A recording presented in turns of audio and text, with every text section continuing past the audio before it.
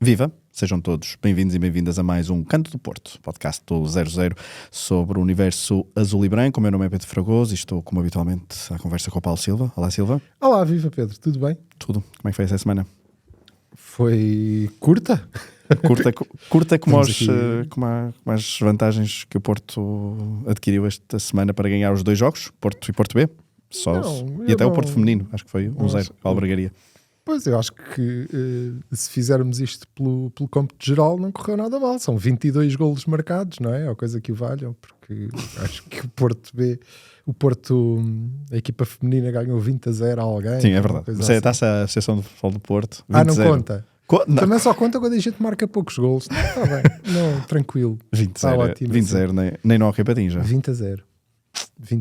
Nem eu prevejo resultados desses, mas pronto. E achas que o jogo do Rio Ave era para mais do que 1-0? Não para 20-0, claro, mas como é que viste o jogo do Rio Ave? Nós tínhamos dito que aquele era o jogo. Estávamos todos à espera, mais uma vez, e eu não saí nada defraudado, na verdade. Está certo, já não vi o Porto criar tanto há umas semanas muito valentes, se calhar há meses. E portanto achei que foi um jogo muito, muito divertido e mais conseguido do que vinha sendo o hábito. E portanto dou de barato essas coisas todas, as pessoas que rasgam as vestes porque tiveram a queimar tempo e seguraram a bola nos descontos junto do canto. I don't care. Acho que porque durante boa parte do jogo o Porto de facto criou, foi um Porto diferente do que tínhamos tido. Achas que houve ali, ia-te perguntar ainda antes de irmos ao pormenor, se foi o contexto do jogo, se foi a própria postura do Rio Ave, as fragilidades do Rio Ave que proporcionaram que o Porto fosse diferente, ou achas que houve algumas mudanças no estilo do jogo do Porto, vontade, questões de jogadores no campo que proporcionaram isso, que fez com que o Porto tivesse muito mais oportunidades? Nós relembramos aqui, acho que foi na conferência de imprensa pré-jogo do Rio Ave que o Farioli falou disso, que é aquela e que nós já falamos muitas vezes aqui. Tu com destaque para o que tu disseste na altura, que era faltava sempre um bocadinho, faltava sempre um danoninho, faltava inclusivamente a finalização, por isso é que não havia os tais, agora tal métrica, golos esperados. Eu acho que o Farioli tocou um bocado nesse ponto, que era o Porto criava muito, mas depois criava muito, ou seja, chegava muito ao último terço, mas depois não havia golos, expected goals, etc, porque não havia inclusive a finalização. Desta vez houve isso, mas houve algum desacerto, se quisermos, mas com muita dose de azar. Sim, acho que se for sempre assim está ótimo. Em relação à tua pergunta, não. Há algumas mudanças de pormenor e havemos de ir lá, que foram curiosas, que têm a ver com a adaptação de alguns jogadores, que são diferentes do que os que iam jogando, mas acho que o modelo foi exatamente o mesmo, tudo dentro da normalidade a que Farioli nos habituou, mas o jogo mais conseguido, e acho que tem mesmo a ver com o facto de termos conseguido mais. Eu não compro essa história do Rio Ave. Eu perdi em Rio Maior contra o Casa Pia.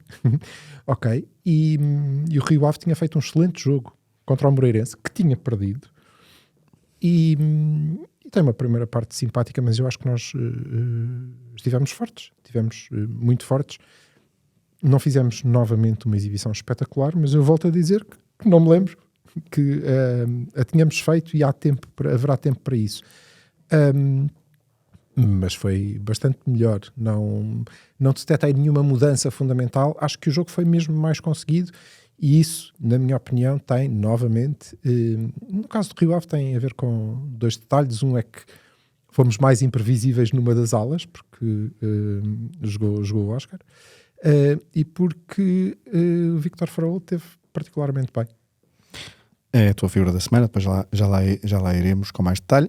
Acho que antes de irmos então ao detalhe do jogo frente ao Rio Ave, hoje temos um programa onde vamos fazer a antevisão também do jogo frente ao Arouca e se calhar por tocar um bocadinho até porque o Sporting, porque o próximo programa em que gravaremos já será depois da primeira mão frente ao Sporting, a primeira mão da meia-final da Taça de Portugal. Importa, obviamente, endereçar as condolências ao Borja Sainz, à família do nosso jogador basco, que perdeu hoje a mãe. Foi a notícia de hoje, há poucos minutos antes de entrarmos, que eu via antes de virmos para aqui gravar. Fica essa nota, ele não vai estar no jogo contra o Arouca.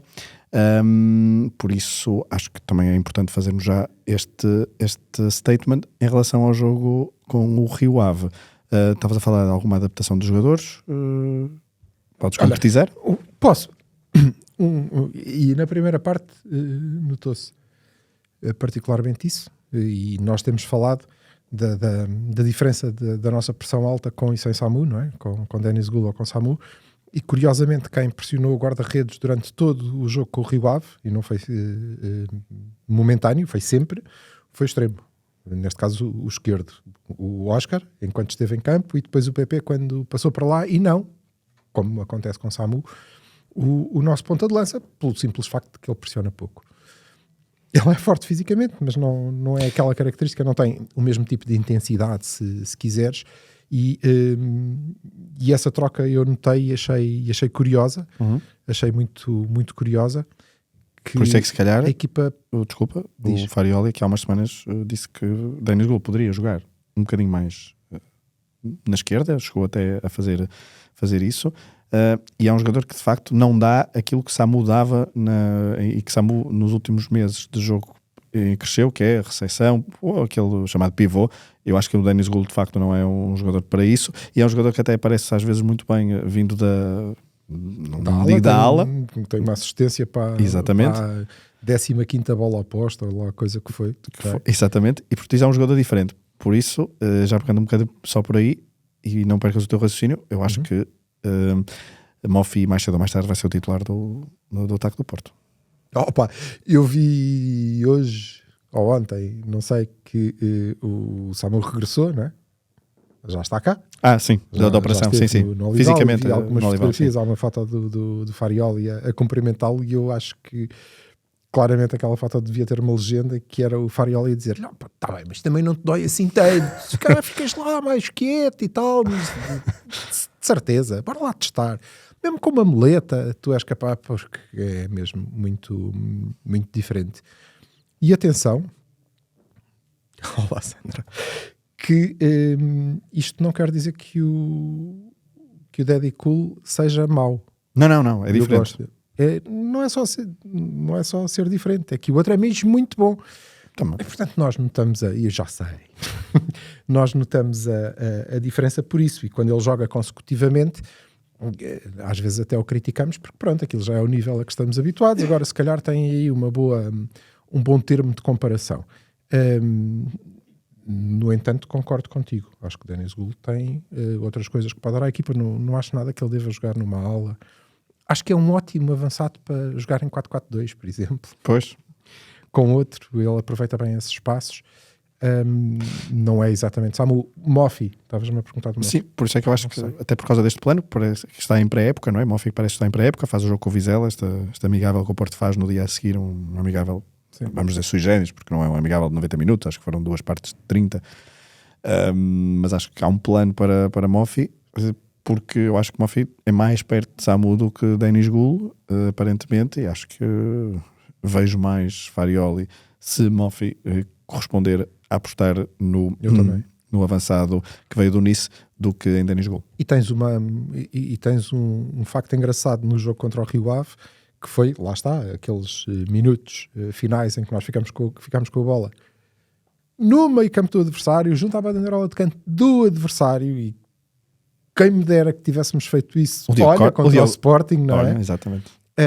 O Diogo Costa passou uma boa segunda parte, acho. Sim, tranquilíssimo. E mesmo a primeira tem um lance um bocadinho mais complicado, mas nada de mais.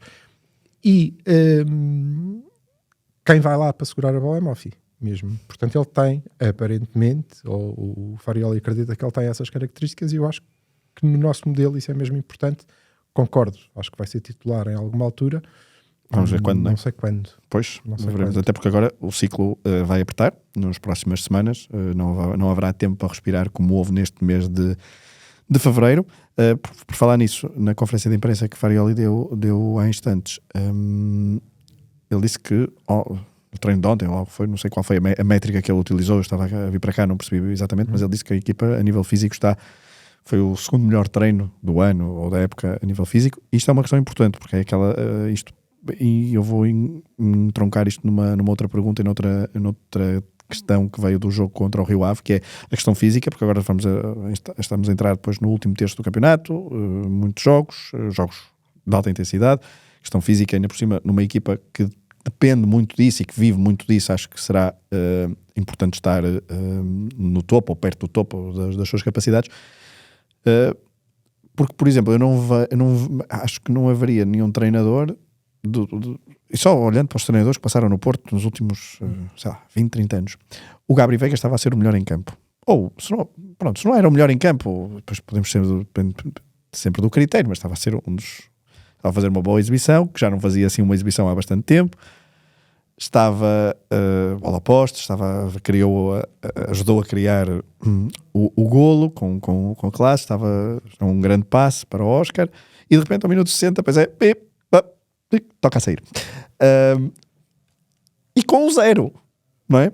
É que supostamente aquele golo deveria ter os 8 centímetros, lixaram um bocadinho o plano, porque o jogo poderia ser diferente, o gol ganhava outra. Foi mesmo pena não ter aquele gol pelo próprio gol, que também era mais uma boa assistência do Gabri, não é? Sim, era mais uma grande jogada. Mas de facto, mesmo com 0, está ali no plano, vamos... será que a minha dúvida, acho que já falei aqui uma vez, será que depois nos jogos decisivos vai continuar a haver esta rotatividade, ou estamos todos a focar para depois no momento decisivo não haver, se estás a jogar bem, se estás a ser determinante, continuas em campo porque és preciso. O que é que tu achas? Qual é a tua opinião? Não é a minha opinião, não. O que eu faria não é, eu não tiraria o Gabri. Está bem, ok. E eu espero, mas temo que isso não aconteça. Espero que não aconteça, mas eu espero que o Farioli, confrontado com boas exibições de um jogador de um determinado jogo, não obedeça no último terço do campeonato a este critério de substituições, mas acho que vai continuar a acontecer. É o Excel do Farioli, já falámos dele aqui muitas vezes, e eu gostaria que ele um dia viesse cá mostrá-lo, não é? Para provar que é verdade, que ele existe e que está lá marcado, estão lá os minutos de jogo e aquilo bate tudo certo. Parece o Excel do meu diretor financeiro, também bate sempre certo. Como é que se fazem aqueles números, ninguém quer saber, mas pronto. Mas a questão é essa gestão que é feita ao detalhe, e Farioli já disse que sim, eu substituo aos 60, que é para eles terem os mesmos minutos de jogo. Acho que tem a ver connosco. Eu não acredito que o nosso treinador seja limitado. Não. Acho que não é. E, portanto, obviamente, confrontado com uma situação em que ele considera que vai perder com a alteração, ele não a fará.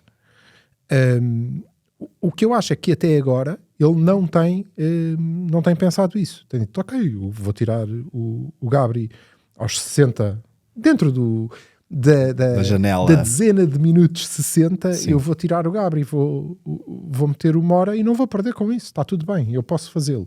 E assim vou gerindo a condição física de todos, ou destes pelo menos. E acho que essa gestão tem sido muito importante para chegarmos aqui, e ele tem dito frequentemente em conferências de imprensa que os jogadores e o plantel estão a top a nível físico. Acho que é uma grande preocupação, não sei até onde é que lhe vem do trauma da época passada. Eu não acompanhei obviamente o Ajax, portanto não sei se houve quebra física ou não ali. Sei, até porque acho que foste tu que disseste aqui num dos cantos, que ele usa muitos jogadores, normalmente, sempre, e agora se calhar não tem assim tantos, ou o nível não lhe permite usar assim tantos, e portanto ele gera muito bem os que tem. Eu não tenho nada contra, e eu espero efetivamente que o nosso nível físico, porque como tu disseste, ele é essencial para a maneira como nós jogamos e para a nossa competitividade e para os resultados que vamos alcançando. Acho que tem que ser gerido com pinças, muito mais numa altura em que, se nós olharmos, nós temos muita gente fora e muita gente importante. Felizmente vimos agora há pouco que Kivior parece que está apto para jogar, mas faltam-nos armas, e portanto isso tem que ser gerido a seu tempo. Eu também acho que vai continuar a ser A ver assim. esta gestão. E creio que era bom que Farioli conseguisse até introduzir uma nuance aí, porque nós já vamos avançados na matéria, portanto, se calhar já podemos passar a novas matérias, que é, mesmo entre Gabri e Mora, é não procurar que eles sejam tão iguais. Traduzindo, não procurar que Mora seja tão Gabri, porque ele não é? Certo. E aí podemos até dar uma nuance diferente, que é, então agora lidem com um desafio relativamente novo, que já é, porque Mora joga diferente, não é? Já é um desafio novo para o adversário, e se o soltarmos, entra Toy, ok? Se o soltarmos ainda mais, 2 desafios cada vez que fazemos aquela substituição ou que começamos de início, e isso pode, acho eu, dar bons resultados. Assim como tê-los juntos. Ainda vai acontecer esta época. Isto não vai acontecer muitas vezes. Esperemos que sim. O Porto... Não o quê? Não. Espero que sim, de início, ou em fases de jogos em que esteja muito controlado, espero que não sejam muitas vezes. Exatamente. Pois, porque ou seja, o que tu achas é que se tivermos de ver Mora e Gabri juntos é por como, necessidade. É como quando vimos Gul e Samu juntos. E isso significa que o Porto precisa de marcar e ele está em desvantagem no marcador. O Porto, nós falamos sempre muito aqui da comparação com o ano passado. Em 23 jogos em 19 jogos este ano conseguimos 16 vitórias, foi o mesmo número que o ano passado se conseguiu em 23. Como é que é? Portanto, eu vou dizer isto direitinho. O Porto igualou o número de vitórias da temporada passada no Estádio do Dragão, em 16 vitórias em 19 jogos este ano. O ano passado foram 16 vitórias em 23 jogos. Dado playmaker do 0-0. Um dos dados que depois vamos trazer aqui ainda neste episódio. Em relação ao jogo, obviamente que ainda antes de falarmos do golo e da ala esquerda, que foi aquele pequeno ajuntamento que se calhar não estava no nosso bingo no início da época, que é juntar Zaidu, Oscar, que de facto não estava no nosso bingo no início do ano, e Gabri Veiga, mas que resultou bastante bem. Juntar Oscar e Zaidu naquele flanco, que é de homem, caramba. E lá está. O que é que tu achaste do Zaidu neste jogo? Outra vez bastante sereno. Mas um bocadinho pior do que no jogo passado. Do jogo passado? Do jogo anterior. Sim, eu percebi. Certo, mas é Zaidu. Sabes porquê? Porquê? Porque é a segunda vez seguida. E ele agora precisamos de não o ver durante umas semanas, depois ele vai voltar a aparecer bem. Final de março, Zaidu volta, estás perdoado. Mas sim, mas é sempre aquela questão das expectativas. Mas cumpriu, não foi um jogo... Claramente. Não foi um nível Zaidu daqueles de puxar cabelos que já tivemos aí em algumas épocas. Não. E está bem e sobretudo, lá está a tal importância no plantel, era mesmo preciso que cá estivesse, não é? Nesta fase dá imenso jeito que... E o regresso de Rosário? O regresso do Rosário... para a central? É coisa capaz de ser gravosa para adeptos com problemas cardíacos. Porque a central faz a mesma coisa que faz a 6 e que depois quer fazer a 8 e inclusive é calcanhares na saída de bola e que resulta. Pronto. Mas eu a semana passada perguntei-te se já tinhas saudades de Rosário. Agora volto-te a perguntar, depois desses calcanhares e disso tudo, Tenho, mataste as saudades? Acho que contribui um bocadinho para que nós sejamos mais ofensivos e que queimemos mais linhas, como é natural, não é? Agora não o quero ver a central e não espero vê-lo a central contra o Aroca. Até porque não há Varela. Em relação a isto, pergunto sobre Peripites. Na conferência de imprensa, eu acho que até foi a André Araújo que fez essa pergunta aqui do 0-0 em relação a Peripites. Farioli depois tinha um pequeno lapsus muito engraçado. Antes tinha dito o amarelo Varela. Não, pronto, não soube não fazer gestão nenhuma. Mas depois perguntaram do Rosário. Ele diz que quis pôr o Rosário ali a central porque já não jogava há muito tempo. E depois, a certa altura, diz porque íamos precisar dele, porque o Varela bị suspende, estava em risco de ser suspenso.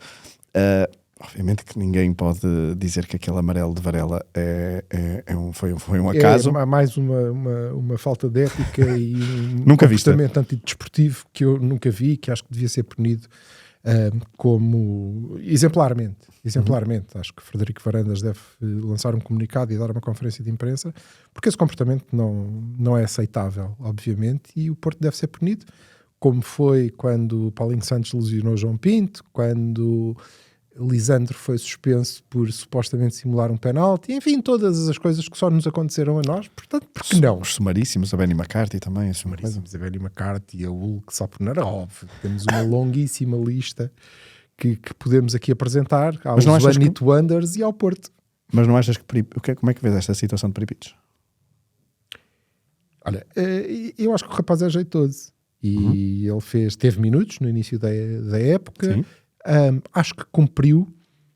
Pela conferência de imprensa fiquei com a sensação que Farioli não acredita assim tanto nele. Acho que foi frio até, inclusivamente, e podia ter como faz tantas vezes, dito que não, mas cá está. Quer dizer, disse, ele treina bem, sim. há ter minutos, e eu acho que sim, que há de. Claramente está num nível de confiança abaixo dos outros. Que provavelmente teria jogado em vez de Pablo Rosário ali, mas eu acho que é uma opção válida e, como te digo, faz-me lembrar tem pouca gente. Na altura de Sérgio Conceição, acho que a primeira época eu era mais novo, mas já tinha idade para ter algum juízo, mas eu acreditava muito num central que depois não deu nada, cometeu um erro e depois nunca mais jogou. Não sei se te lembras, um venezuelano, o Osório, cometeu um erro, salvo erro, no Restelo. Grave, sim. Sim. Mas aí está um rapaz que tinha... Mas que tinha muito potencial. Pois tinha, eu acho que sim, que tinha. Mas também, se calhar não tinha assim tanto, porque onde é que estava? Onde é que estava? Sim, não, claro, o momento, o contexto não ajudou, mas eu na altura depositava muitas esperanças no... E foi um jogador também sempre muito... A palavra é dura, ostracizado, mas pelo menos nas escolhas que passavam cá para fora, no 11, nas convocatórias, etc., tal como agora com o Peripitos, que mesmo quando poderia encaixar, acho eu, naturalmente, quer dizer... Não quero ser mau, mas se Zaidu está a jogar a defesa esquerda, acho que Peripitos também poderia jogar a central, não é? Até onde é que o facto de Zaidu estar a jogar está para o lugar a Peripitos é que não sabemos, não é? Também pode ser. Dois riscos, se calhar já pode ser por aí. Já é demais. Eu acho que ele vai ter espaço. Okay. Ele é muito novo, não é? Também, como boa parte do plantel. Portanto, acho que vai ter espaço e vai ter tempo. Não sei dizer que jogador é que vai sair dali, porque vimos muito pouco do Peripitos ainda, não é? Ainda não vimos o suficiente, acho. Sim, muito pouco, não é? Foram jogos... foram pouco, ou seja, teve alguns minutos até, bastante importantes, mas também foi Taça da Liga... Sim, não tem continuidade, não faz jogos seguidos. Soltos. Mas do que vimos é bom. Sim. Nada a apontar ao Peripitos. Se calhar um bocadinho... como dizer, com demasiada sangue na guerra, um bocadinho... Sim, é um cabeça de vento. Pode ser isso, tudo, não é? Pode ser um bocado isso. E às vezes entra com tudo, tem estouvado, não é? Assim, um bocado sim, assim. Vamos ter que. Devia ser um bocadinho mais cerebral e ali pede-se um bocadinho mais de calma e de contenção. E nestes jogos era importante. Sim, e porque se reparares, são características dos nossos centrais. Quer dizer, tirando o Pablo, que ele não joga com o baralho todo, seguramente. Mas estamos a falar da defesa. Este ano já são mais de 60% dos jogos com clean sheet, com jogos a zero. É sempre uma tranquilidade para um adepto, até porque não há, lá está, foi mais um jogo em que também não houve grandes oportunidades. Já dissemos isso do Rio Ave, não é? Certo, volta ao jogo com o Rio Ave, que é nada. Não aconteceu nada na nossa baliza. Epá, isso vale, quer dizer, este ano vale o campeonato, não é? E em qualquer ano vale muitas vitórias, vale muitos pontos, vale muitas alegrias. E ainda por cima, porque nós estávamos muito pouco habituados. E acho que essa tendência cerebral dos nossos centrais tem muito a ver com o facto de Peripitos estar um bocadinho arredado. Acho que Farioli valoriza muito ali eu acho que ele valoriza muito a experiência em todos, aí muito, muito semelhante a Sérgio Conceição, por exemplo. Valoriza muito a experiência em qualquer posição. Há algumas em que por simplesmente não a tem, e há outras em que, bom, é tão evidente, não é? Está bem, O Frodo fez 20 anos ontem, ou coisa que valha, mas o que é que vais fazer quando tens aquele jogador? Vou pôr aqui o mais experiente. Não me parece, não é? Mas acho que ela é sempre valorizada. Não fosse ele italiano. Não, exato. E a forma como aposta em Oscar, mais uma exibição em crescendo, diria eu, em relação ao que já tenho apresentado. Teve aquele cheirinho em Guimarães, fez uma boa primeira parte na Madeira, agora também foi decisivo porque faz assistência para o golo frente ao Rio Ave, e também tem 17 anos, não é? E está no lance do outro...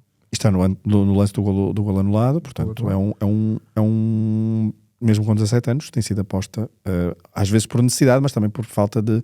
Não, aqui não havia necessidade, porque é falta mais de, se calhar, forma dos seus colegas de posição, e Farioli não teve medo de apostar nele. Não, e ele continua a dar a ser a carta diferente, não é? Ele continua a ser o tipo que dá coisas diferentes à equipa, que começava a ficar muito standard, muito expectável, que cada automatizado. Continua a ser, não é? Continua a ser, só que ali há um foco em que eu não sei muito bem o que é que este miúdo agora se vai lembrar de fazer, e ele vai sempre para cima do...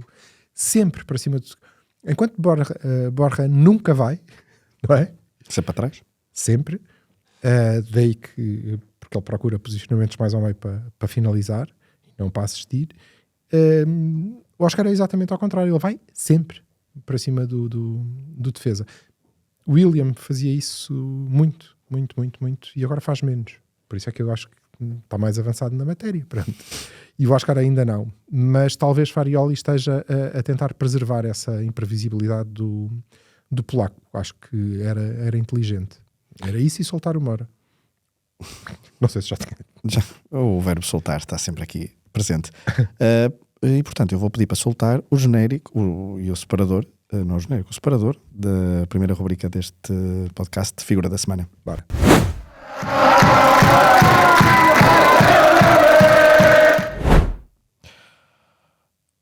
Victor Froholt é a tua figura da semana. Deixa-me só dar aqui mais um dado do playmaker do 0-0. Nas 3 vezes que marcou no campeonato, Victor Froholt abriu o marcador em Barcelos frente ao Gil Vicente, portanto faz 1-0. Gol da vitória em Famalicão, 1-0. Gol da vitória frente ao Rio Ave, 1-0. Um monte de pontos. São 9 pontos, não é? E é dos aspectos que ele tem que melhorar. Exatamente. Porque já falhou. Mas aqui é um golo em que nós falávamos a semana passada que se calhar não estava tanto na área, que não estava a aparecer tanto na área, e de repente o médio... E as 2 vezes que apareceu na mesma posição, a finalizar da mesma forma, faz um golo e põe uma bola no poste. Exatamente. O Frodo é a minha figura da semana, não só porque fez 20 anos, parabéns a ele, não é? E às vezes nós olhamos para os jogadores e esperamos, porque eles nos habituam a isso, não há nada a fazer, não é? Não há nada a fazer. Esperamos tudo. E ele tem 20 anos e chegou este ano. Mas é sobretudo a minha figura da semana porque eu defendo aqui no canto do Porto que nós somos tão melhores quanto melhor o Frodo jogar, e quanto mais fresco fisicamente ele estiver, e eu acho que essa vai ser o aspecto mais importante da contratação de Fofana. Vai ser permitir fazer com Frodo o que fazemos com Gabri e Mora, que é, vais começar a sair, ele sai um bocadinho mais tarde porque Farioli precisa muito dele, não é? Não há Fofana que faça aquilo, não dá. É também ele diferente, só pode, mas dá músculo na mesma. Mas contra o Rio Ave, eu creio que a nossa produção ofensiva foi melhor porque a nossa saída de bola foi mais limpa, porque havia Pablo Rosário ali, porque Oscar é mais imprevisível, porque Gabri, como tu disseste, estava muito bem, mas sobretudo porque Vitor estava muito fresco. Portanto, aquele cobriu motor, todo aquele espaço, motorzinho estava todo aquele espaço, com todas as rotações. foi meter a bola no poste e veio recuperá-la estava em todo lado, portanto continuou a ser 2, e porque o relevado era bom, porque a equipa estava melhorzinho, porque ele também estava melhor, também esteve bem em termos da condução, do passe, e isso eleva-nos em termos ofensivos para outro patamar. Recordar que nós vimos o jogo de apresentação contra o Atlético de Madrid, é ele que faz o gol, numa jogada em que se desenvolve toda na área onde efetivamente nós não o estávamos a ver tanto nas últimas semanas. Regressou e o Porto criou uma série de oportunidades. Este jogo contra o Rio Ave, e eu vi muito comentário dos outros, eu percebo, quando somos nós a ir nessa narrativa faz-me confusão, porque é deliberado.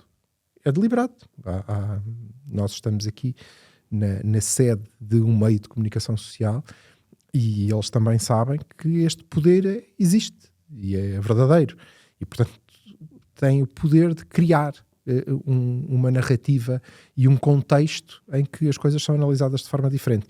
Ver-nos a ir atrás disto, porque não podemos contra o Rio Ave estar a... Deixem-se de tretas. Aquele jogo tinha facilmente ficado 5-0, mas facilmente tinha sido uma goleada e depois o quê? Diziam o quê? O que é que isso teve a ver com a produção da equipa? Certo, tem a ver com a finalização, então temos que finalizar mais. Mas acertar bolas no poste não é propriamente finalizar mal. No fim do dia é porque ela não entra, não é? Mas não se pode dizer que péssimo, à frente da baliza meteu a bola enquanto mil. Não, isso não aconteceu sequer, portanto, menos. Acho que é um jogo conseguido e que tem muito a ver com a boa exibição de Victor Fraud, que agora pode ser gerido, e isso vai ser muito importante para aquela fase da época que tu falaste ainda agora, nomeadamente o mês de março. Mês de março, que daqui a pouco já vamos falar então de alguns jogos que estão aí à porta. A minha figura da semana, não vais adivinhar, porque tu partilhas comigo a tua figura da semana, eu não partilho contigo a minha figura da semana. Não faço propósito, podias perguntar e eu respondia. Mas eu sei que porque eu não quero saber. Eu sei, queres ser surpreendido. A minha figura da semana é a Polícia de Segurança Pública. Epá, vou fugir aqui um bocadinho ao Porto. Mas a portuguesa, não? Sim, a portuguesa. Não sou os Carabinieri. Mas, não, podiam ser os espanhóis que tiveram. Não. A Polícia de Segurança Pública portuguesa, só para fugir aqui um bocadinho ao tema, porque apesar de rivalidades à parte, eu acho que nesta questão de adeptos, isto aqui é um podcast de adeptos, eu acho que os adeptos às vezes têm de se unir mais do que o que fazem, e unir mais, e não só as claques unirem-se, porque as claques depois têm uma espécie de irmandade, tanto serve para andar à porrada como às vezes para fazer coisas boas. Os adeptos todos, até porque levar nas trombas aleija a toda a gente. Exatamente. Mas aqui, quer dizer, eu fiquei um bocadinho surpreendido porque o jogo, e estamos a falar, há pouco estávamos a dizer que estavas aqui num órgão de comunicação social e a vénia seja feita a vénia ao 0-0, que não é um dos poucos espaços onde dá, todas as semanas, creio, uma coisa semelhante, espaço a um cronista de um adepto do Sporting de Braga. Poucos órgãos de comunicação dão tanto espaço ao Sporting de Braga. O Jornal de Notícias, por exemplo, dá ao Pedro Morgado, ao Dr. Pedro Morgado. Mas o jogo foi entretido, 3-2 na Pedreira, mas eu depois deparei-me com uma polémica que, se fosse num outro... Resultado injusto. Concedo, mas não interessa. Se fosse... Vai Vitória. Se isto tivesse acontecido num dos outros 3 estádios, seja no Dragão, seja no Sporting, em Alvalade, seja na Luz, isto teria alimentado horas e horas e horas e horas de televisão. Porque não deixa...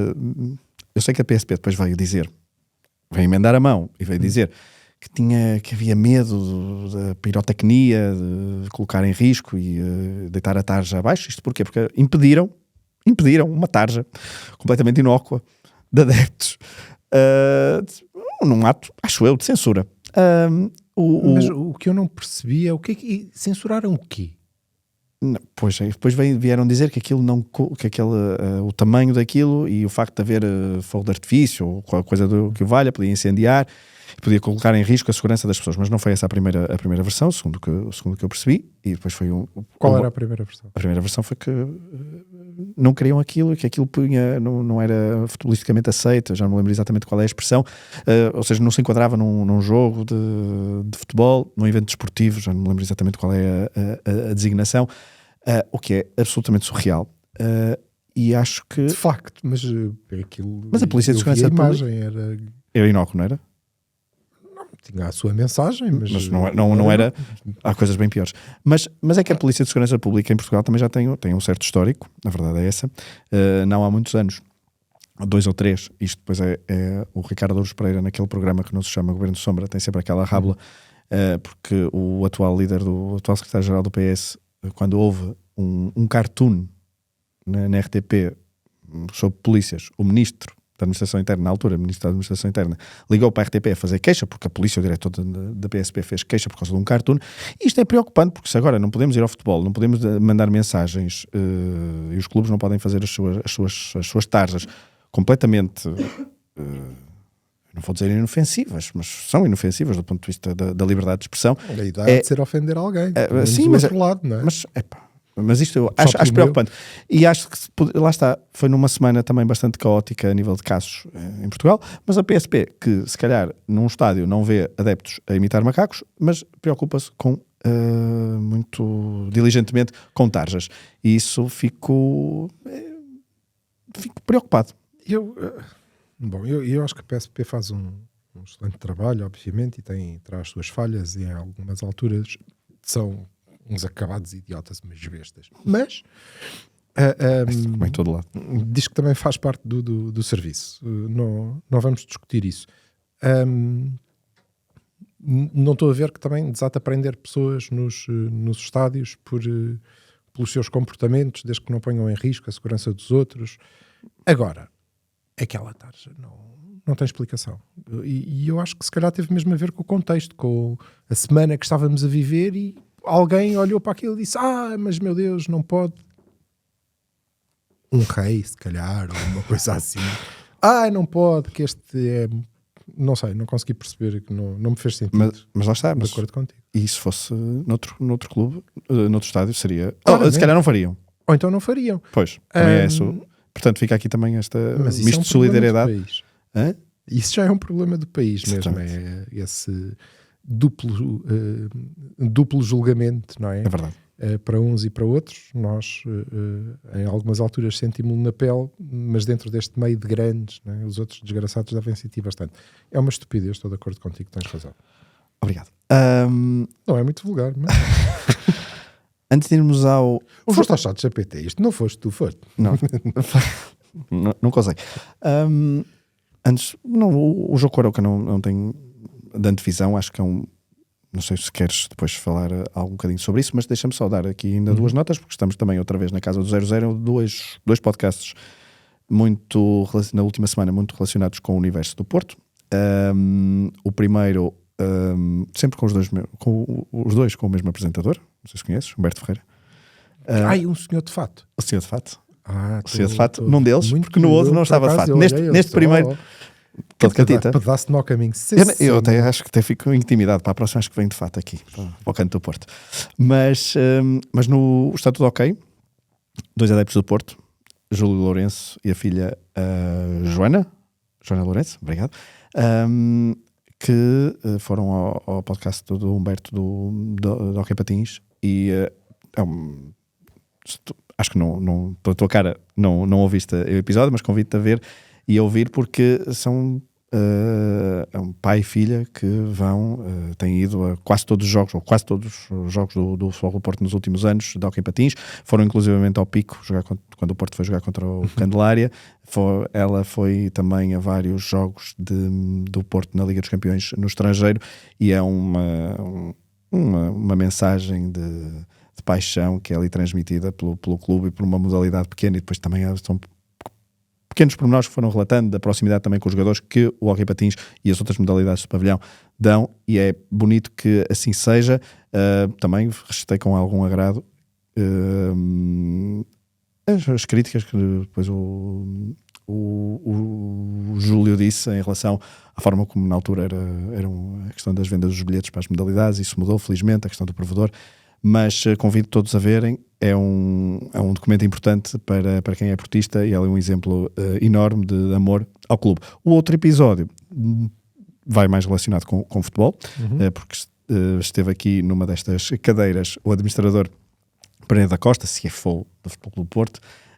Viste esse episódio, creio.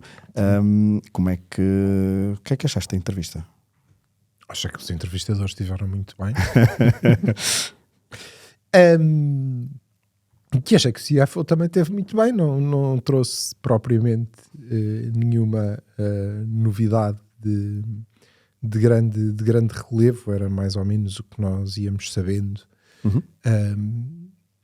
e o que íamos analisando do que vai acontecendo no nosso clube.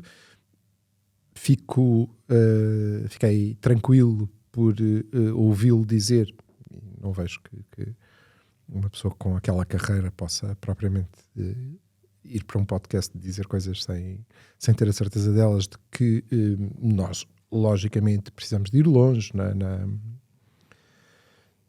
Liga Europa e Chico fica descansado, estamos bem, não? E estar nas Champions no ano. Não, ainda em relação a esta época precisamos de ir longe, Istambul é assim tão longe, é isso, é até aí que vamos. E que precisamos de vender até 30 de junho, senão dificilmente temos resultados positivos neste exercício, mas que, ainda que isso aconteça, isso quer dizer que então não estamos pressionados ou não necessitamos absolutamente de vender Mora ou Samu é deixá-lo. Mesmo que isso não aconteça, não vamos incumprir com a UEFA e ter o risco, que é o grande risco que um clube como o Porto tem, de estar suspenso das competições europeias. Esse é o dado mais relevante da entrevista. De resto, nada, fico contente que alguém daquela craveira, que eu não conheço, não sigo propriamente o trabalho, em termos, não sigo propriamente a carreira de Chief Finance Officers de companhias, pronto, não me deu, já haver prensas hidráulicas é uma coisa que me relaxa, mas seguir estas carreiras não. Mas olhando para o currículo dele, não é muito gratificante que alguém com, presumo eu, a possibilidade de escolher mais ou menos o que é que quer fazer, tenha escolhido esta árdua tarefa de reerguer financeiramente ainda por cima o Porto. E só para te deixar uma última nota acerca disso, não tenho mais nada para dizer, registar, porque isso é uma marca dos competentes, a humildade, quando, creio que foi o Humberto, lhe disse, não, mas não sentiu a pressão de ser a pessoa mais importante daquela candidatura, e é que ele respondeu, mas porquê eu? Não. Isto é um clube de futebol, o mais importante é o plano desportivo. Nós só estamos cá para permitir que ele seja executado, mas não fui só eu, é o das modalidades, é o das estruturas. Toda a equipa foi muito importante, não senti pressão nenhuma a esse respeito. Tipo, mas eles são tão importantes como eu, e isso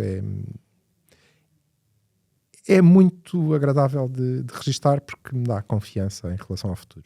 Sim, foi uma das notas positivas que eu retirei, porque eu de finanças, tal como Jesus Cristo, não sou especialista, mas ele tinha a vantagem de poder fazer a folha Excel que quisesse e aquilo depois dava mesmo certo. É verdade. Não é tipo, tenho 40 pãezinhos. Não tens nada. Aquele, tenho, queres ver? Isso é que não acho que seja ético e desportivo, mas tudo bem. Mas Pereira da Costa acho que deu uma entrevista sólida, com não muito, se calhar estávamos à espera, eu estaria à espera mais de uma coisa muito mais técnica, mas teve ali um lado, não digo político, mas também a perceber bem o contexto onde está, num clube de futebol. E se nós falamos aqui muitas vezes de onde é que viemos, do plano desportivo, é preciso também não esquecer de onde é que viemos do plano financeiro, económico, estrutural de um clube. É preciso dizer, não sei se não tem havido muito essa tónica. Eu esperaria, depois das eleições, que isso fosse uma tónica muito mais, às vezes, recalcada não, mas sublinhada por parte da atual direção e dos atuais administradores, mas não tem sido muito por aí. De facto não. Mas é preciso relembrar os enormes problemas de tesouraria que o Porto teve para com os seus funcionários, para com os seus atletas, e tudo poderia estar em causa num clube desta dimensão, numa instituição desta dimensão. Portanto, é preciso não esquecer também de onde é que se vem daí. E ele mandou a sua bicada. Posso dizer, obviamente, que é refrescante ver um CFO com esta postura, depois do anterior. Fico-me limite Qualquer que está vivo, por exemplo. limite-me a dizer isto, porque de facto era completamente diferente a postura, o discurso, toda a transparência que o Porto está a proporcionar em relação ao passado, e isso é de saudar. Obviamente que eu, se me perguntares, não sou muito fã de todo o discurso corporate, que às vezes... mas eu percebo o contexto e que é essa a realidade atual do futebol, mas há muito... Não é só isso, é a marca da direção, assim como a marca da Pois, da anterior, esse lado eu não gosto muito, mas percebo que seja da anterior administração o contexto. era tradicionalista no sentido o que era natural. O que era natural, não é? Não podia estar à espera propriamente que fosse diferente. Era natural que assim fosse. Não vamos discutir méritos e deméritos. Um dia a gente senta-se e conversa sobre isso. A marca desta administração é claramente corporate, até pela forma como ela é construída, não é?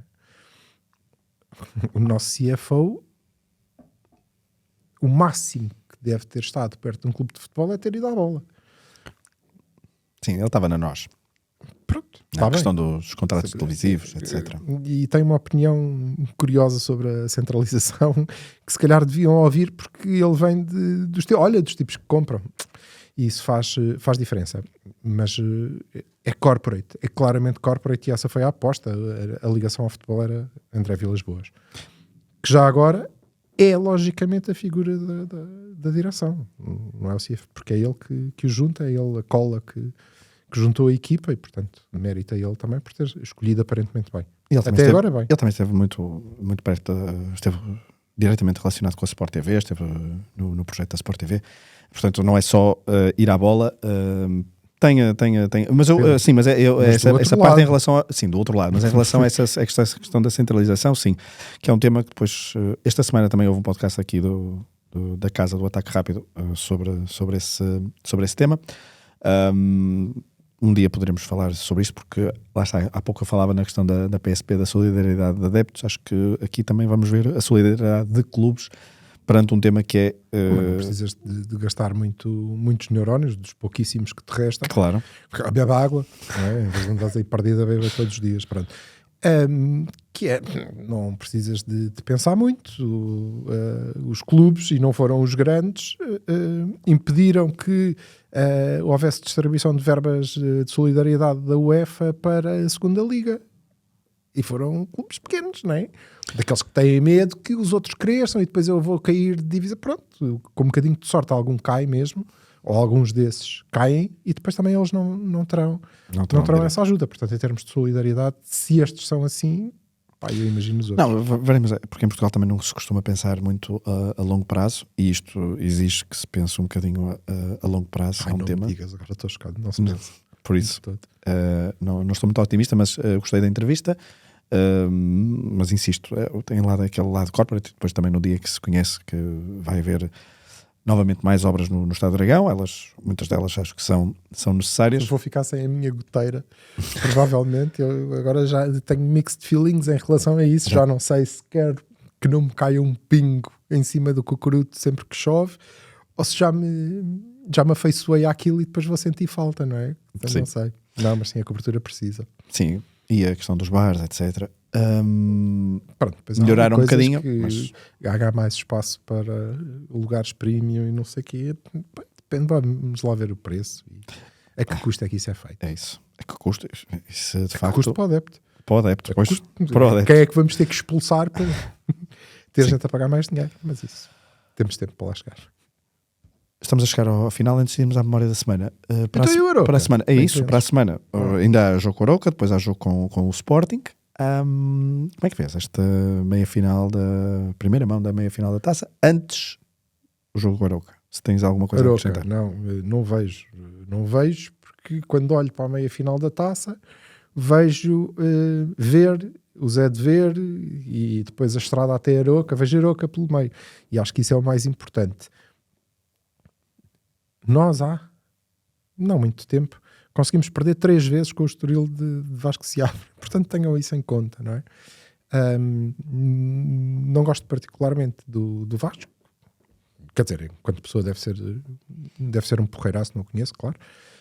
Não gosto da forma como ele treina particularmente, mas reconheço que o faz com resultados maioritariamente bons. O Aroca, a direção do Aroca, surpreendentemente teve este ano muita paciência, porque eles já estiveram em condições más e estão a ser compensados por isso.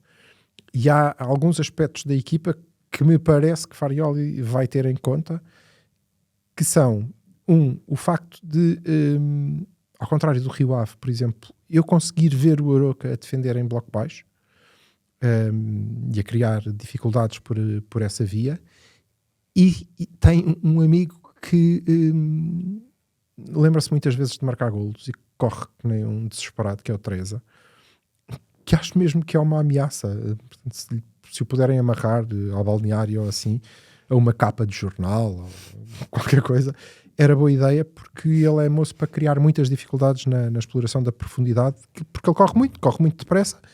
E depois tem uma característica que às vezes o Zaido também corre imenso, não é? E pode correr atrás dele e isso é bom. Mas ele finaliza bem também.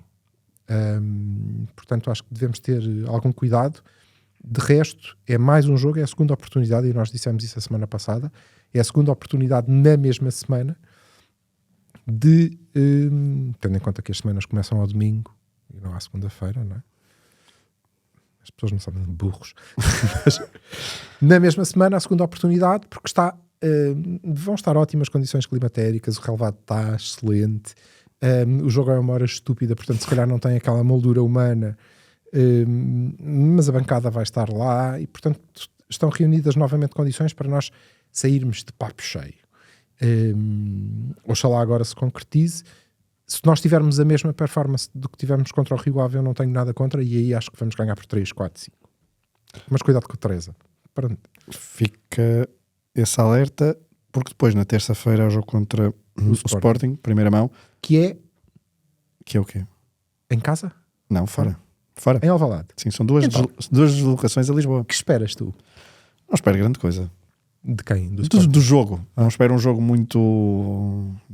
Esta aberração, acho que é a última vez que há meias finais a duas mãos. Eu também acho que isso é uma aberração, devia ser só uma mão e devia ser sempre no Dragão. Os jogos todos. Oliveirense, Lourosa, no Dragão. Se bem que querem mudar, não é? Querem fazer, ou seja, uma espécie de Final Four, ser como em Inglaterra, que a meia final passa a ser em estado neutro. Está bem, tudo bem. Okay. Um jogo Eu só. acho que a regra da Taça de Portugal devia ser única. Os jogos deviam-se disputar sempre em casa do pior classificado. Sim. Da divisão inferior. Se são da mesma divisão, é irem à classificação do ano anterior e perceber, mas ele na época anterior estava na segunda, então pronto, é em casa dele. Seria sempre assim. Ou seja, este jogo devia ser no Dragão a uma mão só. Mas isso porque calhou, não é? Sim, eu também gosto dessa ideia. Mas eu não espero um jogo particularmente atrativo, como por exemplo foi o da primeira volta em Alvalade, que foi um jogo, acho bem disputado, foi um jogo mais vivo, acho que foi o melhor clássico desta época. Também a concorrência não é muito forte, mas também foi o que ganhamos. Portanto, também foi o que ganhamos, é verdade. Foi o que gostei mais. Eu também estava a incluir aqui o Benfica Sporting, mas acho que por ser a primeira mão, por ser no início de um ciclo bastante complicado para as duas equipas, por não, à partida não se decidir nada, a não ser, lá está, que o jogo tem algumas características, um golo cedo, uma expulsão por um dos lados, isso possa condicionar um bocadinho essa abordagem, mas eu acho que vai ser um jogo outra vez assim de xadrez.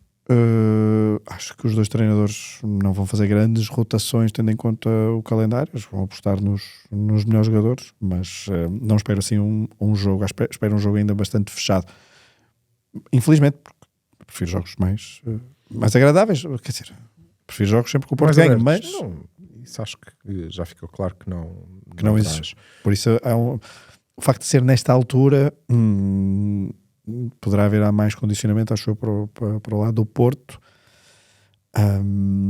e alguma por ser em vésperas de outro clássico, por estar na memória ainda, apesar do empate, a perda de vantagem pontual que tinha de 4 para 7 pontos, isto estamos a presumir que o jogo vai ser disputado e que nesta jornada ambas as equipas vencem os seus jogos, por isso... É desta que vamos convidar o Ian Castro para nos explicar como é que se fica a 7 pontos outra vez. Veremos. Ou então ele chega ao Alvalade e leva 5. É uma delas. Sim, não, mas tipo 5-2, não é? Porque ele marca muitos golos e sofre muitos. Tranquilo.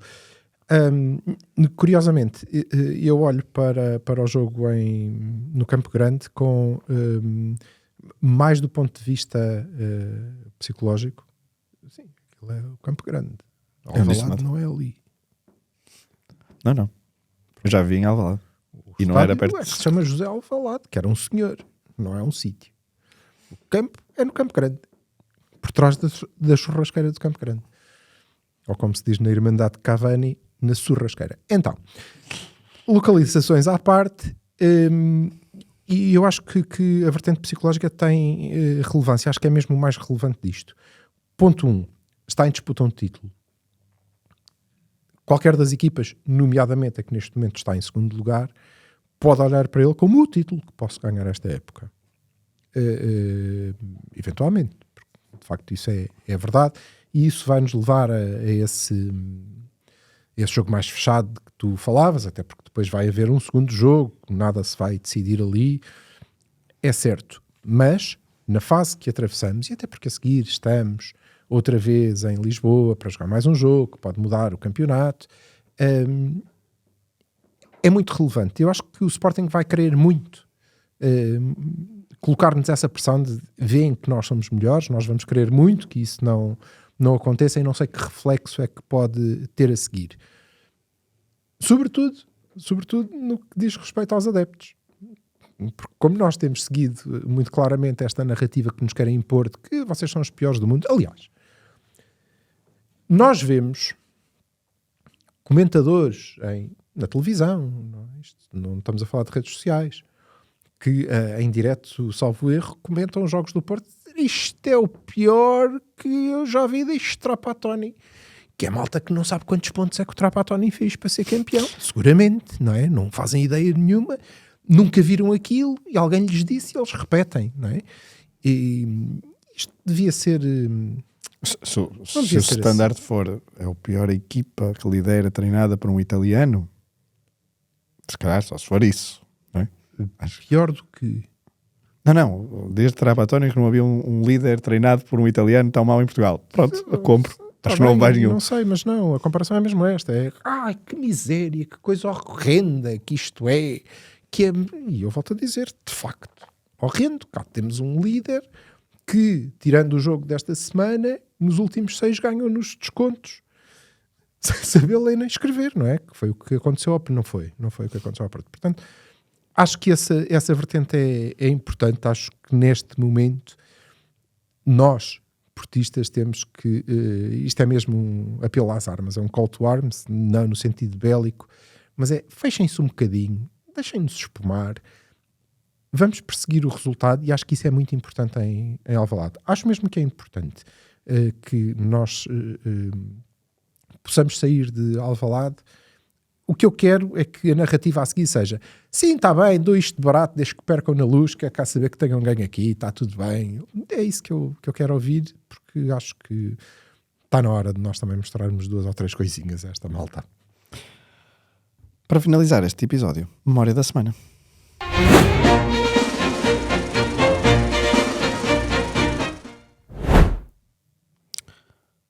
Silva. Agora começas tu. Agora começo eu, mas eu ia começar eu.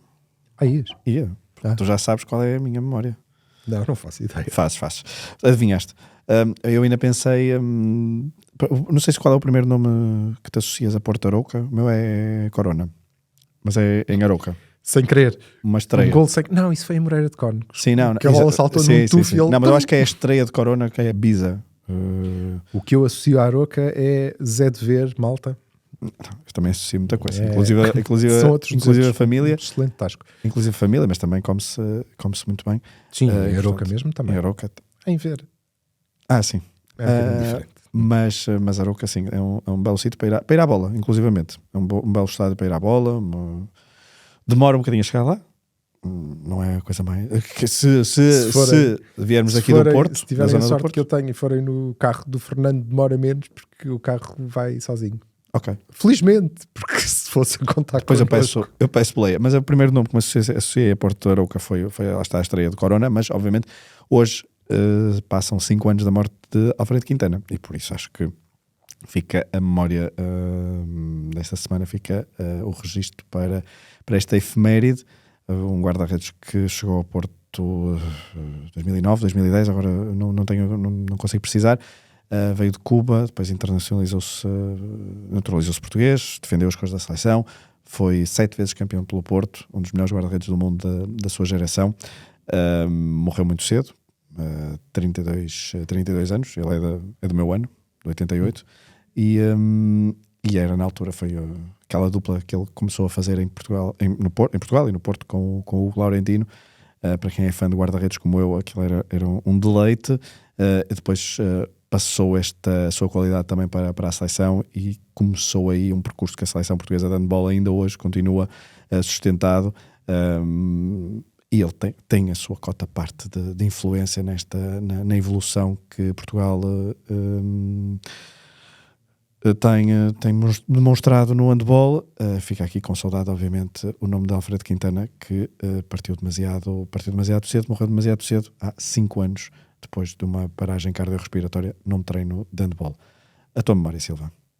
A minha, já agora, e para fazer a ligação com Quintana, cuja perda foi trágica, obviamente, mas em que o clube, desde sempre e mantém agora, teve um cuidado muito, muito particular, não só com a preservação da sua memória e dos seus feitos, mas também com o cuidado com os seus familiares, e eu acho que isso é, sendo o mínimo exigível a uma corporação, lá está, não é vulgar que aconteçam.